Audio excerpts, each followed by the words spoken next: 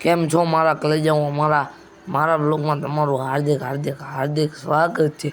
તો આજે અમારા પડખેવાળાના ઘરમાં તો પ્રસંગ, તો આપણે થઈ ગયા હતા રેડી પ્રસંગમાં જવા।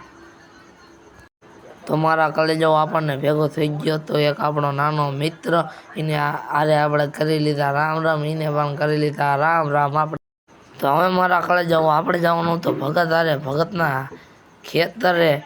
તો આપણે નીકળી ગયા ભગતના ખેતરે। ભગત આપણા બ્લોગમાં આવ્યા હતા પહેલી વાર। તો પછી આપણે ચાલતા થઈ ગયા તેમના ખેતરે જવાનું। ભગત કે મને તો આપણે દેખાડી દીધા થોડાક ભગતને।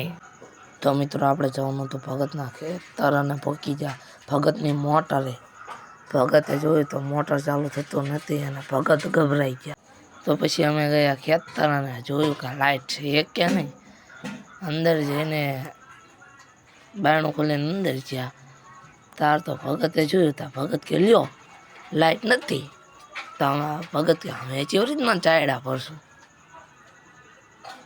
આ તો ભગતનો ખેતર રાયડો વાયો હતો અને ઓલપા ભરવાના હતા ડાંગરના ચાયડા મિત્રો। તો ભગત કે અમે કેવી રીતના ભરશું।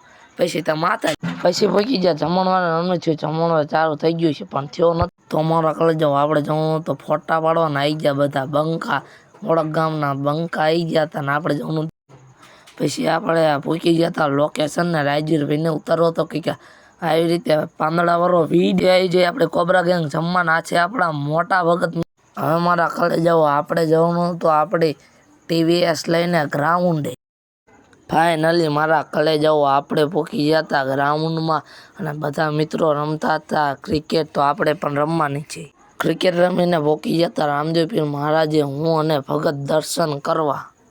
પછી પહોંચી ગયા હતા આપણે આપણા મહાકાળી કૃષિ એગ્રોમાં અને મિત્રો આ બેઠા હતા એ હતા આપણા પપ્પા અને સામે બેઠા હતા એ હતા આપણા કાકા। પછી આપણે મેં દેખાડી દીધી આપણી મહાકાળી કૃષિ એગ્રો જે કોઈ પણ ખેડૂતોને દવા લેવી હોય તે અહીંયા પહોંચી જજો। જો મારા કલેજાઓ તમને આ બ્લોગ સારો લાગ્યો હોય તો લાઈક કરો, શેર કરો અને સબસ્ક્રાઈબ કરવાનું ભૂલશો નહીં।